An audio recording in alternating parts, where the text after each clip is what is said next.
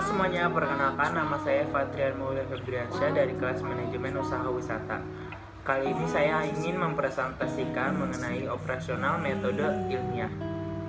Pertama, saya ingin menjelaskan definisi penelitian ilmiah menurut beberapa ahli. Contohnya yaitu pertama, menurut Almat, metode ilmiah adalah salah satu cara untuk menerapkan prinsip logis terhadap pengesahan, terhadap penemuan, dan terhadap penjelasan kebenaran. Selanjutnya, menurut Sudarminta, yaitu tidak jauh berbeda dengan pendapat Sudarminta yang memaknai metode ilmiah sebagai prosedur ilmiah yang dirangkai secara sistematis.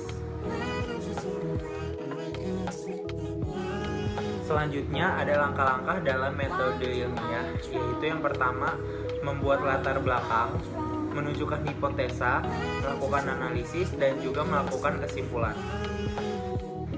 Dalam melakukan metode ilmiah terdapat beberapa syarat, yaitu sesuai fakta, sesuai analitis, tanpa prasangka buruk, sifat yang konsisten, terdapat tujuan, dan juga bersifat sistematis. Selanjutnya yaitu keunggulan dan juga kelemahan daripada penelitian metode ilmiah. Yang pertama, keunggulan metode ilmiah. Keunggulannya sendiri yaitu melahirkan sikap ilmiah yang terpuji, lalu ada kebenaran ilmu yang tidak mendorong belajar ilmu terus-menerus. Selanjutnya ada membiasakan kebenaran yang objektif, lalu tidak mudah percaya atau tahayul, lalu membimbing rasa ingin tahu, tidak berpikir secara prasangka, dan juga membimbing kita untuk tidak mudah percaya tanpa bukti nyata. Selanjutnya adalah hambatannya, yaitu data yang disimpulkan itu terdapat banyak, dan juga sedangkan panca indera kita hanya ada 5. Maka dari itu pengamatan harus lebih hati-hati lagi sehingga data yang disampaikan tidak bersifat tentatif. Dalam melakukan penelitian ilmiah, kita membutuhkan ilmu pengetahuan karena ilmu pengetahuan dianggap sebagai proses yang diperlukan secara logis untuk menjelaskan suatu gejala secara empiris sehingga bersifat terbuka. Lalu ilmu pengetahuan juga berfungsi sebagai bangunan atau akumulasi pengetahuan alam yang diperoleh sepanjang sejarah perkembangan manusia. Selanjutnya saya akan menunjukkan video contoh dari penelitian ilmiah. Berikut video. Pada umumnya, bahan makanan seperti buah-buahan bersifat mudah rusak atau membusuk. Pembusukan merupakan salah satu perubahan secara kimia yang membuat objek. Biasanya, makhluk hidup yang mati dapat mengalami perusakan susunan atau struktur yang dilakukan oleh dekomposer. Buah-buahan setelah dipanen akan mengalami perubahan-perubahan fisiologis disertai dengan perubahan fisik, kimia, dan mikrobiologi. Penyebab lain kerusakan buah-buahan adalah mikroorganisme semacam bakteri, jamur, dan cendawan. Mikroorganisme ini dapat menyerang buah-buahan serta mengakibatkan pembusukan. Proses ini dapat terjadi pada setiap jenis buah-buahan.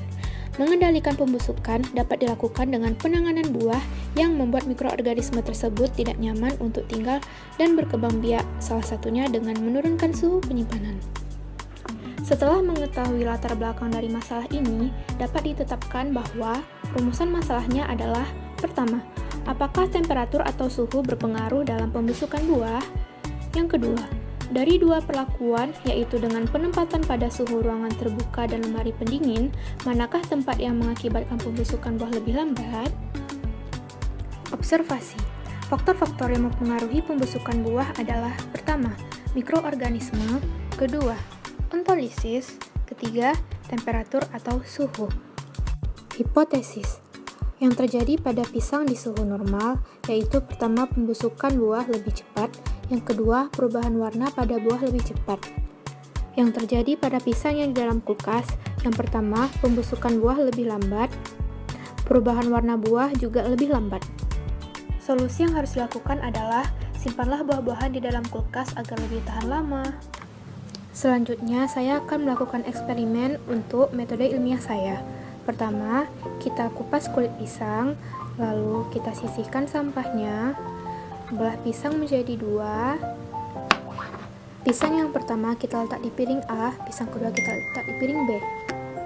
Selanjutnya, kita letakkan pisang A di dalam suhu ruangan dingin atau di dalam kulkas. Kemudian, pisang B kita letakkan di suhu normal. Kita tunggu buah pisangnya selama 12 jam. Oke, sekarang jam 10 pagi. Kita tunggu sampai jam 10 malam. Jangan lupa hidupkan alarm ya, biar nggak lupa. Oke, udah jam 10 malam nih. Yuk kita lihat pisangnya. Nah, ini dia pisang yang kita letakkan di kulkas tadi. Penampakannya sudah mulai muncul perubahan warna terhadap pisang, namun tidak di seluruh bagian daging pisangnya. Nah, ini dia penampakan pisang yang di suhu normal. Di pisang B, warna keseluruhan pisang telah berubah menjadi warna hitam. Dan banyak mikroorganisme yang membantu pembusukan pisang tersebut. Jadi, kesimpulannya adalah pisang yang disimpan pada kulkas akan lebih tahan lama dibandingkan pisang yang diletakkan di suhu normal. Dan keadaan suhu atau temperatur sangat berpengaruh pada proses pembusukan buah pisang tersebut. Berikut presentasi yang dapat saya sampaikan. Semoga informasinya dapat diterima secara baik. Terima kasih.